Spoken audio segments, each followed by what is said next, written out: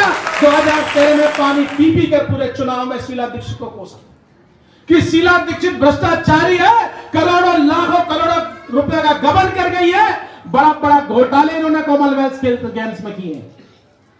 और हमारी सरकार बनी तो शीला दीक्षित सबसे पहले जेल जाएगी, अरविंद केजरीवाल का वादा था। अरे दुष्ट, तुम्हारी सरकार भी बनी और उन्हीं के समर्थन से सरकार बनी जिनके लिए तुम बच्चों की कसम खा रहे थे कि कांग्रेस से कभी समर्थन नहीं लेंगे, ऐसी भ्रष्ट सरकार से कभी समर्थन नहीं लेंगे। मैं बच्चों की कसम खाता हूं जी, और इसी व्यक्ति ने बच्चों की कसम खा करके उस कांग्रेस से समर्थन लेके सरकार बनाई।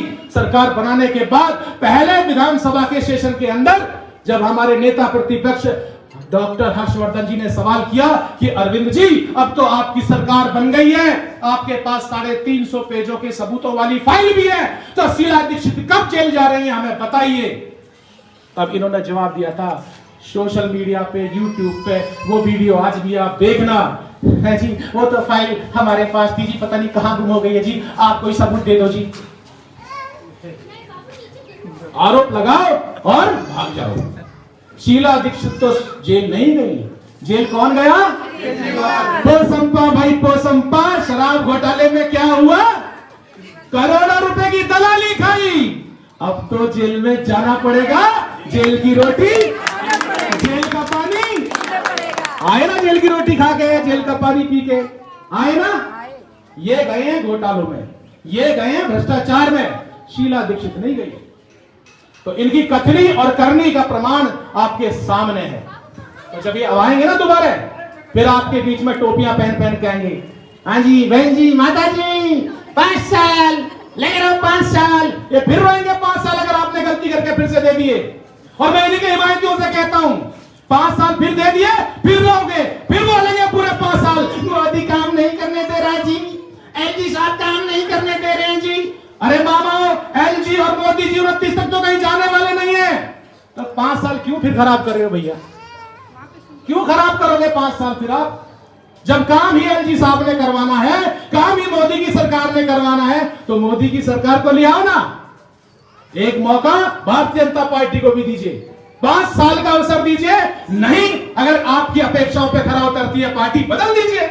5 साल बाद फिर ले आना केजरीवाल को और आना मेरे पास, रामनिवास भड़ाना जी हमारा झाड़ू का झंडा उठा लो, सबसे आगे रहूंगा तुम्हारे साथ और मैं बोलूंगा फिर से आता भी केजरीवाल, लगे रहो केजरीवाल।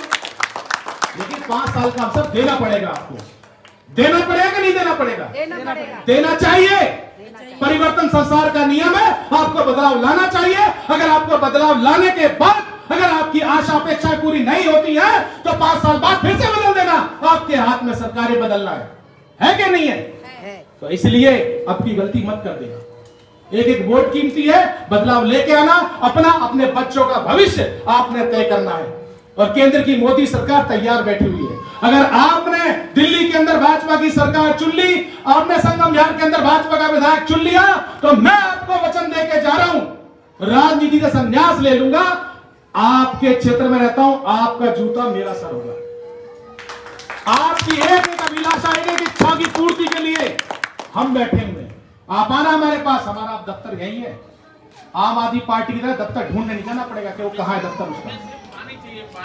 आपको पानी ही मिलेगी और संगम बिहार को जवानी ही मिलेगी।